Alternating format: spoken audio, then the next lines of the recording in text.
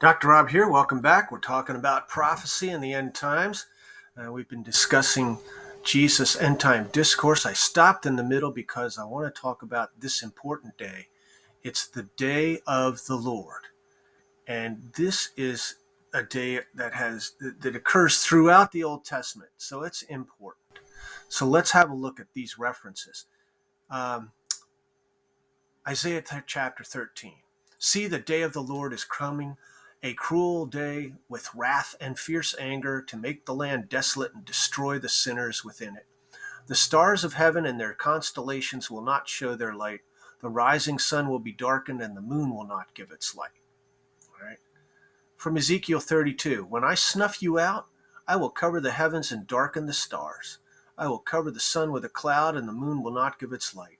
All the shining lights in the heavens I will darken over you. I will bring darkness over your land, declares the sovereign Lord. Amos chapter 5. Woe to you who long for the day of the Lord. Why do you long for the day of the Lord? That day will be darkness, not light.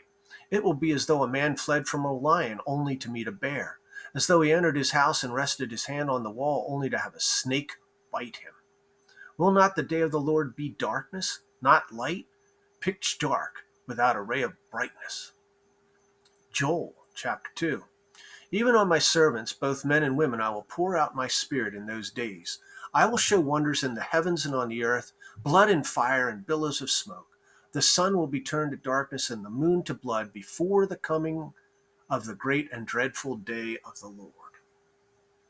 Zephaniah. The great day of the Lord is near, near and coming quickly. Listen, the cry on the day of the Lord will be bitter, the shouting of the warrior there. That day will be a day of wrath, a day of distress and anguish, a day of trouble and ruin, a day of darkness and gloom, a day of clouds and blackness. Now hear what Jesus says, and he's referring, he says, this is Matthew 24, immediately after the distress of those days. So he's talked about this great tribulation period that started after the fall of the temple. And then he says, immediately after that distress, the sun will be darkened and the moon will not give its light. The stars will fall from the sky and the heavenly bodies will be shaken. He says this basically the same thing in Mark 13. And Peter in Acts chapter 2 repeats the prophecy of Joel. And so this sun dark day, this day of the Lord, is mentioned throughout both the Old and the New Testaments. It is specifically identified as the day of the Lord, the day when God visits his wrath upon the earth. Now, interesting with what we know now, all right, that everyone on the planet will be aware of that day. If you are having a bright sunny day and Jesus comes back, the sun will go dark. If you have a nice moonlit night and Jesus comes back, the moon will turn blood red. If you have a cloudy day, every cloud will flee from the sky. And if you have a new moon and it's just stars, every star will fall from the sky. So no matter where you are on the planet, you will be aware that this day is happening. Now, notice where this day shows up in the book of Revelation. It's in Revelation chapter 6. I watched as he opened the sixth seal. There was a great earthquake. The sun turned black like sackcloth made of goat hair. The whole moon turned blood red, and the stars in the sky fell to earth as late figs drop from a fig tree when shaken by a strong wind. The sky receded like a scroll rolling up, and every mountain and island was removed from its place. Then the kings of the earth, the princes, the generals, the rich and the mighty, and every slave and every free man hid in caves and among the rocks of the mountains.